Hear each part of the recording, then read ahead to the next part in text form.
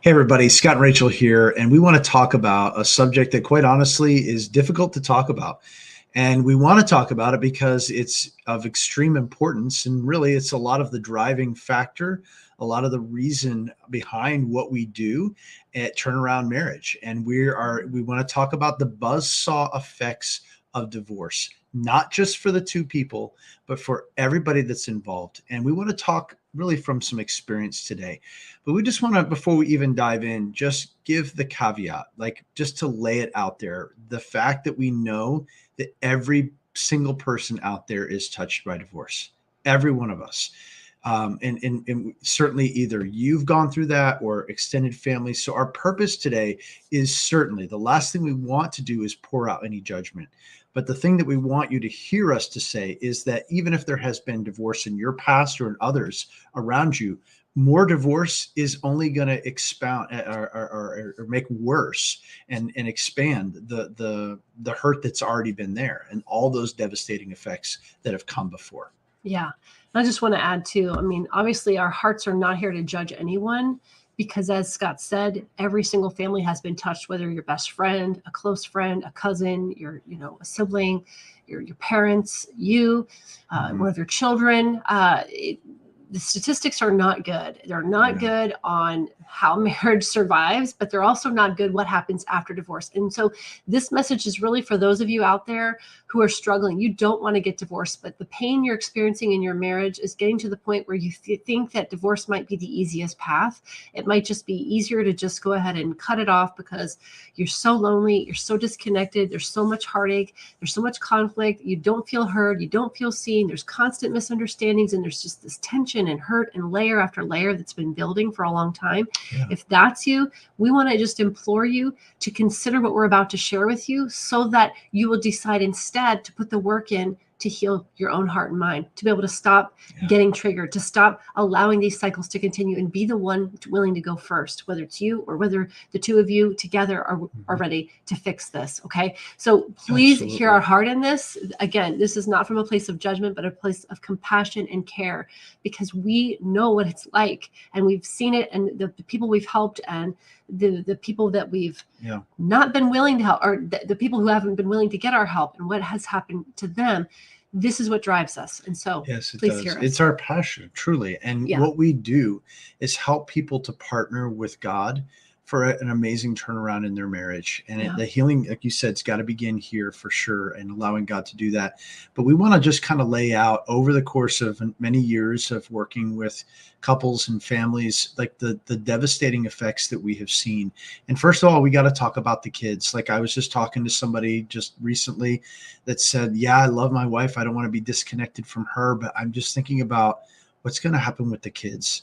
Like, the impact of them being separated in heart and in room from one another, what effects with anxiety and all kinds of other things that we're having on them, but also what would happen could they, if they were to not get things back on target. And we've seen devastating things like the anxious kids. That's like the start of it. Like that's the beginning. And like, how often have we talked to families that their kids are promiscuous, that their kids are shacking up with people, and they're like 18, 19, 20 years old. And the kids, all they want to do is get out of the house, and they don't care how they're doing it. And they're just living lives that are shacking up with their boyfriend or a girlfriend. And this is not God's design. And we know that that's a ripple effect of pain for them. And we also know the statistics tell us that they're much more likely to have an affair when those kids come from a divorced family. Yeah. When those children grow up. Yes. And, eventually get married, they're more likely to go through an affair themselves, which is so heartbreaking. We also know that, when parents are vying for their children's love, the children can feel torn and pulled between mom and dad. Who do I love more? I'm feeling disloyal to one if I'm loyal to the other. And it's such an angst because the children, they just need that sense of security so much. And what's been wired into their nervous system is this feeling of, I don't know what to do. I hear dad talking bad about mom. I hear mom saying those things about dad. I'm half of mom and dad. That's who I am. So what's wrong with me? And there's just so much wired into them. And so when parents start vying for their love and, spoiling them with this or that, trying to get them on their side, it raises that anxiety level for those children even more. And here's the thing, guys, the statistics are really not good too when it comes to those children growing up. They're much more likely to experience divorce themselves and to go through it. And then Yeah. these generational cycles can continue. Yeah. In general, children are far worse off and even twice as likely to commit suicide when they come from a divorced family. Are we saying that's going to definitely happen to your children? No. But just being aware of the facts so that you can do something about it is everything, right? Yeah. It's so true. And oftentimes they go on. I mean, there's no question that there's a deep impact on them. And oftentimes they don't go on to live Christian lives. Like they turn from the faith because the faith that was professed in their house, where did that lead them? Like if we're talking about forgiveness and mom and dad can't forgive, like where maybe that faith is just in vain. Yeah. And so there's effects on kids. We could go on and on talking about it. We could literally talk all day about the devastating effects on kids, but that is not our purpose, only to talk about them. We also want to talk about the effects on those two people. There's so often people will say, like, it's going to be easier just if I go ahead and get divorced. Like, it's got to be better than this. It's got to be better than the fighting. Here's the thing. You don't outrun it. You don't leave it behind. You don't get healing. You just move into a place where your problems are exacerbated and they're worse. They're not solved. Now you've got kids to deal with at arm's length from each other, or even at a distance from each other geographically. How are we supposed to get on the same page about parenting kids, or anything else for that matter? Mm-hmm. And even if your kids are grown, what about all the weddings and birthdays for the grandkids? What about the other funerals even that you're going to see each other? It doesn't just magically go away. You don't solve your problems by divorce. There's no resolution that comes there. Yeah. And how often do we see that? So often. And the other thing we see is that, often the heart will become cynical and hard and sometimes even harsh or bitter or full of resentment and anger and hurt. And now we paint broad strokes of all women are this way, all men are this way. Mm-hmm. And when someone gets divorced, and they go through that painful experience, now guess who else is involved and who else has been affected? Their friends. Because the friendships now, if my best friend gets divorced, now I am 70% more likely to follow that path. We have seen that time and time again. Some guy's best friend gets divorced. He hangs out with that guy. Now he's running around. They're hanging out at the bars. They're doing things they would have never done before. And now this marriage is destroyed. Yeah. It is just the ripple effect. It's like this buzzsaw. You're heading down a path when your marriage is in trouble, when you guys are stuck in these vicious cycles and you haven't figured out how to resolve conflict. Maybe you've been avoiding it for a long time. Guess what? You are headed for disaster. Here comes the buzzsaw. What are you going to do about it? Yeah, and the vicious cycles are not as bad as the spinning buzzsaw. They just aren't. And you've got to get out of that, no question, because it's leading you to a place. But there's so many factors that impact them. I'll never forget a family member that said to me, there is nothing more painful that he'd gone through, not even the loss of his parents, that was more painful than the divorce he went through. Because it didn't end. It wasn't just that process. It takes 7 years of grief, most experts would say, but even beyond that, it's not solved. Plus the financial explosion, the financial time bomb that goes off for sure for those two. But see, that it doesn't just end there. It doesn't just end for the kids. It doesn't just end for that couple. We've got to talk about the effects on the church, on the friends, on the extended family, because people don't talk about this. They just don't, but it's a reality for a lot of people out there. And if you're listening and you're probably experienced this too, what happens to the aunts and uncles or the grandparents? And there's this divorce and all the confusion for the kids and all the confusion for us as adults. Like, it's not pretty.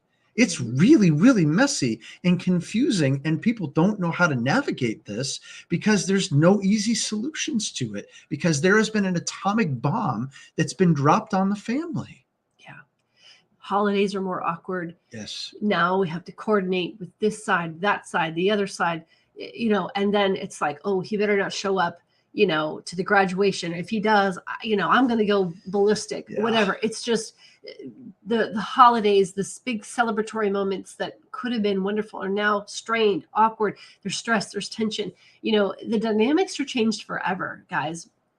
Think about the wedding day of your kids. Like, who's going to walk them down the aisle? Yes. And what stepdad's going to be there? And, it's like, and I, again, please know, if you're in that situation, our hearts are we have compassion for you. We've experienced this in our own extended families. And so it's just what we've seen too many times is couples who struggled. They just think the pain is so bad. And the enemy has lied to them, saying it'll be just easier if you just go your separate ways. Mm-hmm. But they don't realize the devastation, the paperwork, the headache, the financial devastation, splitting assets and now paying alimony, now having to fight over custody and weekends and time and court battles and lawyer fees. I mean, it's just, it breaks our hearts. Yeah. And even churches have split over this. It's like the ripple effect that goes out is profound and needs to be evaluated in light of where you are right here. Absolutely. You can't just look at the pain right here. It's like if your problem is right here and you don't see anything else,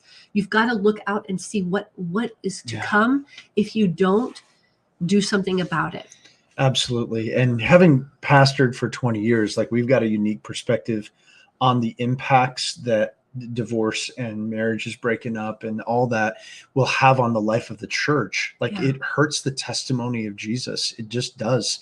It and often can be such a momentum destroyer within the context of the church. I mean, it's just, the ripple effects are vast. Yeah. And we're not here again to be pointing fingers, but here is where we're at in our culture. Like, divorce has become more and more normalized. Yeah. And it's just like, well, it's just going to be one more. And oftentimes, like, pastors and leaders don't want to, even stand up and call it out. Like, they're afraid to, because it's so normalized. And so that's the heart of what we're saying here today, is there have got to be a U-turn with the way that the Christians are doing marriage. There has got to be a different path. And we believe that God has made it very clear in a lot of ways what that marriage should look like. And so a lot of people are getting stuck, but we've got to call out. We've got to be honest here today and share that the path of divorce, and there's a little caveat you'll hit in a few moments, but the path of divorce is not going to bring healing or restoration for anyone. We're going to go to the lawyers, pay them all kinds of money to destroy your families. And that is not just about you, your kids. It's everybody involved. It's the heartbreak, the losing of sons-in-laws and daughters-in-laws and mothers-in-laws and fathers-in-laws and uncles and aunts, and the confusion and the brokenness and the atomic bomb that goes off in so many relationships. There is not one relationship that family, their kids, their parents don't have with other people that relationship isn't also impacted. It's just the bottom line. Yeah. We're not trying to be mean. We're just stating it as it is. And this is what drives us. This is our passion. Because here's the thing, guys, we want you to hear from us today. There's a lot of you today that are on this assembly line. And at the end of the assembly line is the buzzsaw that's going to destroy you, your children, and your family, and a lot of other people in the way. It is a path of destruction. And some of you are just saying, Lord, I'm just going to be praying here that you're going to change things and get me off of this buzzsaw, when things have got to radically change. You're on that assembly line, and the answer is not stay on it and go through the buzzsaw. No, certainly not. It's time for action. Absolutely. And the thing that we see again and again is that if people are stuck in that really tough place, all they see is their own stuff. Yeah. They can't see beyond the pain that they're in. They think that and because it's been so normalized, they think, let me just get out of this and it'll be easier. Yeah. And the heartbreaking thing is if you're not evaluating all of this, and if you are not doing everything you can do to fight for it, how will you know if the marriage could have been saved? And the truth is, not all marriages can and should be saved. That is the sad fact. Yeah. Sometimes the destruction is too far gone. If there's a difference, guys, between a disconnected marriage, a disappointing marriage, right? a dysfunctional marriage, and then all the way over here we've got a destructive marriage. I mean, Mhm. there's a continuum, and I feel like, I mean, all of us as sinners, we're going to be somewhere on that continuum. Our marriage isn't perfect. We're constantly growing. We want to make sure that we're doing everything we can to nurture and protect our marriage and our covenant and our faithfulness to each other and to the Lord. We are not perfect, but here's the thing: if you're on that continuum, if you're all the way over here on the side of destructive, that's where you're getting hit every day. That's where the words that are coming out of their mouth are piercing your soul every day, and they're making you feel crazy. That's where there's no repentance. There's no turning. There's no sorrow over sin. That's where there's controlling behaviors. That's where, the children are at risk. We are not talking about that. In those cases, guys, you need to seek your biblical pastoral support. You need to seek help. And honestly, there might be issues of codependency. There's probably issues of abuse, substance abuse. There's so many other issues that are going on there. Please get help right away. But if you're down here on the continuum and it's just a disappointing marriage, right? And you're constantly disappointed and feeling lonely and sort of tempted to talk and laugh with the guy at work, or, look at the images online or whatever, because you're so lonely in your own marriage. Maybe it's a disconnected marriage where you've just grown apart because you raised your kids and everything was about the kids, and you didn't really nurture this. And it was about building your house and making everything look pretty. And then all of a sudden your kids are out of the house, and what are we doing? Like, who are you? I don't even know you, and nor do I have any fun with you, right? Maybe it is not just a disconnected marriage, but it's a dysfunctional marriage. Maybe there's a lot of conflict and you don't know how to handle it, and you're just in these cycles where you keep hurting each other. There's misunderstandings. You're making things mean what they don't mean, and you're trapped in these cycles where you're like, I got to get out of here. Or maybe you have avoided conflict for a long time and you have not been honest about how you felt, and you've just swept things under the rug, and things have been building and building and building until they just explode. Guys, there's a time limit on all of these. You can't do all of these forever. For all of these cases, you're moving in that direction toward the buzzsaw if things don't change. So it's best to catch it early on. But even if you're over here where it's really dysfunctional and there's a lot of conflict, we're here to say, even if you've tried all the other ways, you've done counseling or therapy, and you were screwed up by the way you were raised, or the way your parents handled conflict, and you realize there's patterns, but you really haven't been able to break free. You haven't been able to really feel like you're victorious, walking in the life that Christ has for you. If that is you, we want to encourage you and implore you to book a breakthrough call with us. Let us help you get clarity around what's keeping you stuck. What are those vicious cycles? Why have you not been able to break out of them? And we'll talk about a real clear strategy on taking the very next step to be able to heal it and break those cycles. Okay. Because either way, one way or another, you're probably on that buzzsaw. And here's the thing. So many people come to us and sometimes they've waited too long, right? And you don't know how long is too long until you're there.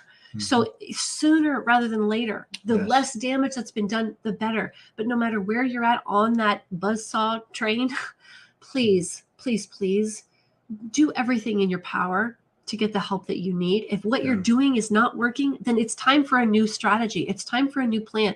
Scott and I, we are, it is our joy to walk with the most incredible people who have had just such incredible heartache in their marriages, but they are ready to put the work in, and they are ready to take the next step and be super coachable and be able to take the Lord's hand and say, you know what, there's things I can't control, but with what I can control, I'm going to learn how. I'm going to get the tools. I'm going to be equipped.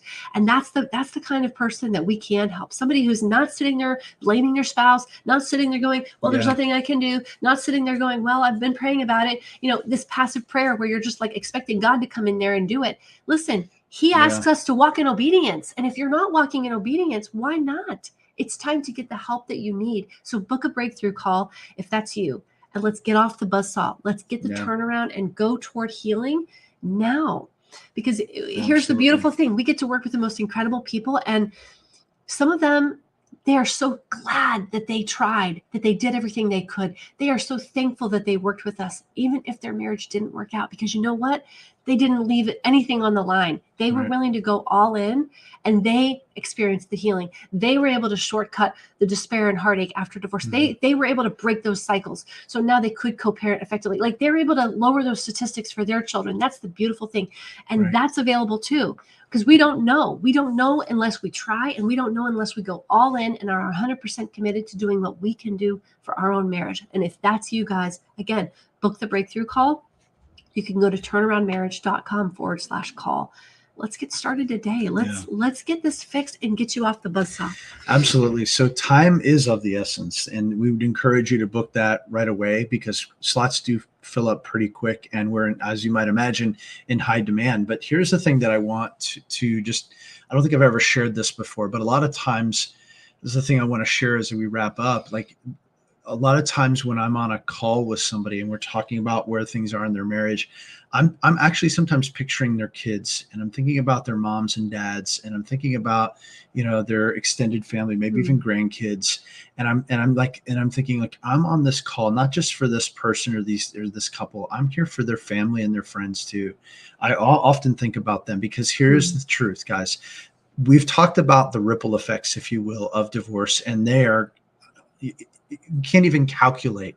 We can try, but the incalculable effects on lives, on families, and on our culture and in the church. Like, it just is a ripple effect. And even though that's true, there is also a ripple effect of healing that can come too. And we've seen that so many times. And that's also a lot of the passion of what drives us, is because we know when we can align ourselves and our marriage as much as we're able with our part of it to align with God's design and plan for marriage, that everything else can really change. And we love not only when marriages are miraculously able to turn around and get back. We love hearing people say, like, oh, this is amazing. We feel so in love like never before. Like, things are so different. Things have changed. Thank you, thank you, thank you. That's fun to hear, but it's amazing to hear when people say, my kids are smiling again. My kids are, the family has changed.